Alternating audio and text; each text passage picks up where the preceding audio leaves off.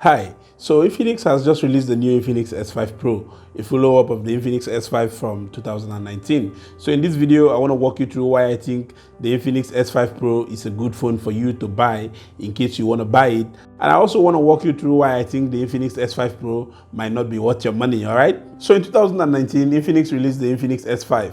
Now, the Pro version failed to show up, and a lot of us were actually expecting the Pro version to show up, but it never did. In 2020, they have decided to come up with the Pro version, and there are a lot of things that have changed, and there are a lot of things that have not changed. But one of the things you're actually going to observe about this device once you see it or once you pick it for the first time is that it has a very, very good design. The design is what I'm absolutely in love with. You know, I really, really love this phone because of the design. Like a couple of days ago, I was on the street. I'm waiting for a cab, and then this particular lady looked at my hand and like, man, that your phone is beautiful. What's the name? You know, I told her it's an Infinix phone, and she was like, okay, she will go to the shop and go and look out for it and see if she can buy it because she actually likes the phone. That's how beautiful the design is. This phone also bears an uncanny resemblance to the Tecno Camon 15 Premier or the Tecno Camon 15 Pro, you know. And I'm also going to let you know later in the video why I think both phones are the same phones, all right? So it bears an uncanny resemblance to the Tecno Camon 15 Premier or the Tecno Camon 15 Pro. You know, both of them look so similar, like from a distance, sometimes you might not be able to tell the difference between them. And then the phone is still made in plastic, which is not a deal breaker. You know, phones of this caliber, phones that fall between the price ranges of $200, $300, $350, most of them are made in plastic, except maybe Xiaomi. Their phones are made in glass mostly. Their mid-range phones, I mean, you know, like the Xiaomi Mi A3, the Xiaomi Redmi Note 8, Redmi Note 8 Pro, all those phones were made in glass, you know.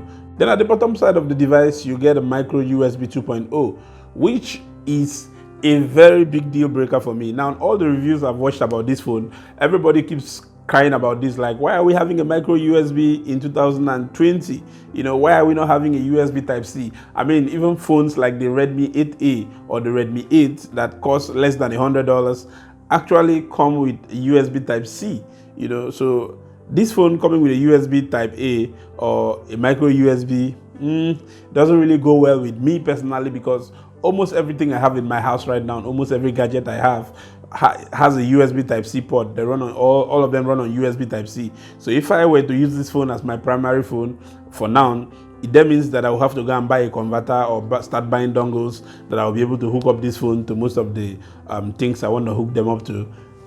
Doesn't make sense. So that is a big deal breaker for me. Some of you might not care, some of you might not mind, but I don't think I want to use a phone in 2020 that has some regular USB ports. And then you get a 4,000 milliamp hour battery. It's still the 4,000 milliamp hour battery that came from last year's Infinix S5.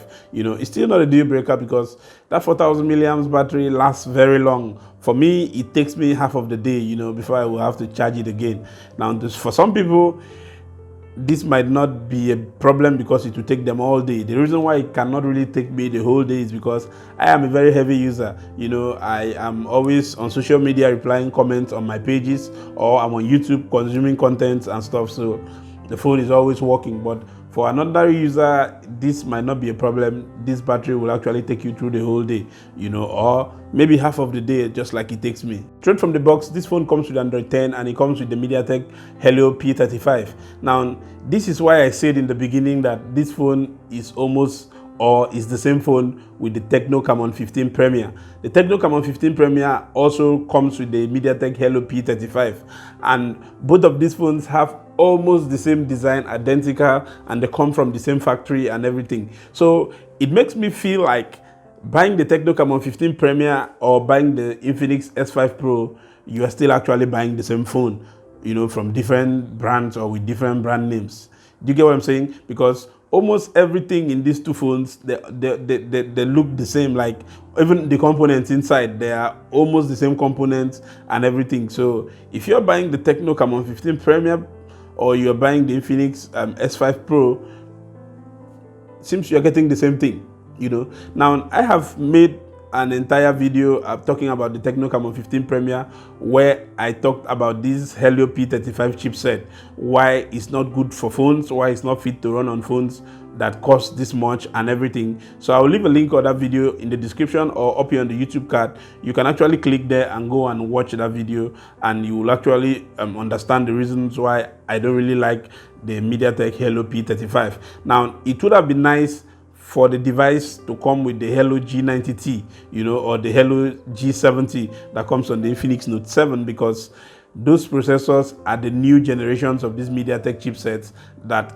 are actually tailored for gamers and for performance. You know, like the Xiaomi Redmi Note 8 Pro actually came with the G90T, and the performance was absolutely amazing, even though at some point we still had issues where some customers were complaining or some users were complaining of the device overheating or keyboard issues.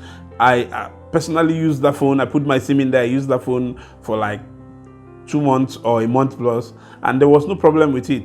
You know, I actually enjoyed using it. And so when I saw the G90T or the G70 on the Infinix Note 7, I was happy with that. And I was actually thinking they were actually going to use that same G70 on the Infinix S5 Pro or on the Tecno Camon 15 Premier, but that's not the case here. You still get this Helio P35 that does not support updates. It overheats, it does this, it does that, and that is the deal breaker for me. And then to crown it all, this phone still comes with the Infinix XOS. Now, on XOS, just like Tecno HiOS, they are very, very buggy. There are a lot of bloatwares and everything. And I think this particular phone, my version, came with about 56 apps pre-installed, and that is a lot of apps, you know. And when you swipe on the top side of the screen like this, you are actually going to see a lot of apps that will be running their games, things, and those ones cannot be uninstalled, but most of the other bloatwares can be uninstalled. But those ones that run on the phone and on the system tray and all that, those ones cannot be uninstalled. And this makes me really, really uncomfortable, you know, because sometimes you just, like, I observed this in the Phantom 9, like you just keep your phone on the table, and before you come, you see a lady dancing on your screen, or you see some guy cooking or some lady cooking and giving you tutorials that you didn't even ask for. So I wish they could actually fix these iOS or XOS issues on these phones. This would actually make these phones a little bit more decent and more better to use, right? But one other thing too you actually need to know is that XOS lags a lot. Like sometimes you are swiping the phone, you have to swipe a couple of times before it will actually respond. And I actually made the same complaint when I talked about the Infinix S5 from 2019. When I reviewed that phone, I actually also observed this issue of swiping before it responds, and the response time is very, very poor. So I just wish they could do something about these things, but hey, it's what you get for now. So iOS or XOS is still very, very buggy as it has always been. That issue has not been fixed. And then in terms of the memory, you will actually get two versions. You'll get a version that has 128GB memory and 6 gigs of RAM, or you get a version that has 64 gigs internal memory and 4 gigs of RAM. And the good thing is that you can also add an SD card because it has a dedicated slot for SD card for you to increase the memory in case you want to. Then one other thing that has been improved on this phone again is the display. This phone now comes with a 1080p display, which makes me want to shout praise the Lord, because I have talked, and we've complained a lot about these 720p displays that comes on previous versions, or that has been coming in previous versions, and there was no response. So finally we have a 1080p display on an Infinix phone. That is a good improvement. Now the display is pretty large. I like the display because there is nothing on the display, because the selfie camera is a motorized selfie.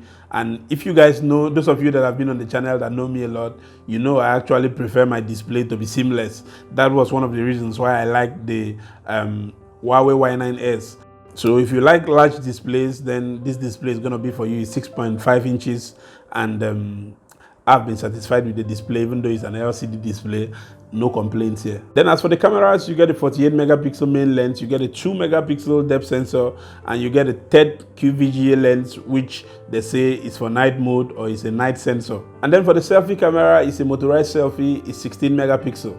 Now that motorized selfie has some built-in fail-safe in it. So if you were holding the phone and you force the lens inside, it's going to give you an error and says that you should not touch the lens again, or you should not force it inside. Now, another built-in mechanism it has is that, or built-in fail-safe mechanism it has is that if the phone falls from your hand, the lens is going to retract inside just like every other phone. So I actually put this to the test. I dropped it on my table while I was recording, and immediately the camera went inside and gave an error message, and then asked me if I wanted to exit the camera or if I wanted to open it again. So that is very nice to see. So I've taken a lot of pictures with this camera, and one of my observations here is that some of the pictures, or even not some, almost all the pictures look washed out. You know, they look a little bit undersaturated. Now, that is a personal thing, because I like my pictures to be saturated. Now, you might like your pictures to be less saturated, but I like my pictures saturated. But this phone doesn't help out in that department.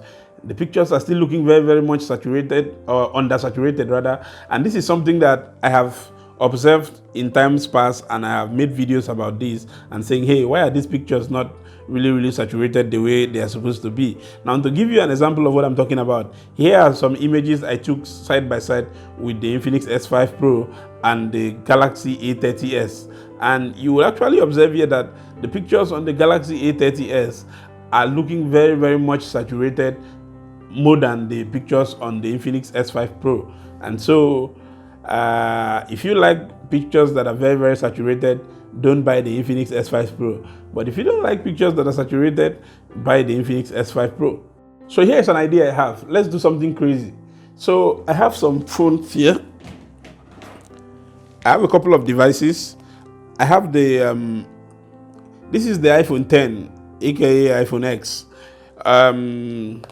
This is the iPhone 11 Pro Max, and this is the iPhone 8, the regular iPhone 8, or you can call it the iPhone SE if you will. And then this is the iPhone 6. So the crazy idea I have is that I want to ask you guys something. Which of these phones do you guys think we should put up against the Infinix S5 Pro? I want you to let me know down in the comments, then I'm going to make that video. All right? Just tell me the specific things you would like me to look into and what you would actually like me to point out specifically. Do you want me to compare the camera of the 11 Pro Max versus the camera of the Infinix S5 Pro? Just let me know that down in the comments, all right? Now, I know some of you will start shouting now, like, how can you say you want to compare the camera of, let's say, the iPhone 10 or the iPhone X, for instance, to the camera of an Infinix phone? That is suicide. Well, one of the reasons we want to do that is because we can do it. It's technology. That's what makes technology fun.